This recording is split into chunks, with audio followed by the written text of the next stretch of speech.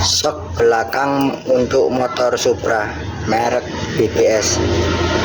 Untuk harga sekitar 200-an. Kenapa kok saya ganti sekoknya Supra yang ini? Karena sekok bawaan dari pabrikannya itu agak keras.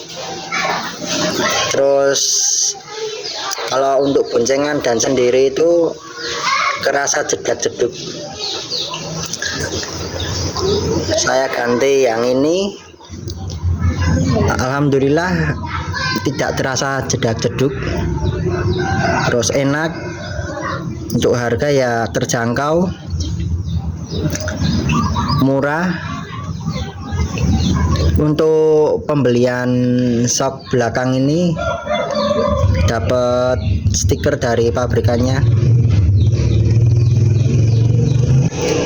Sekian, terima kasih.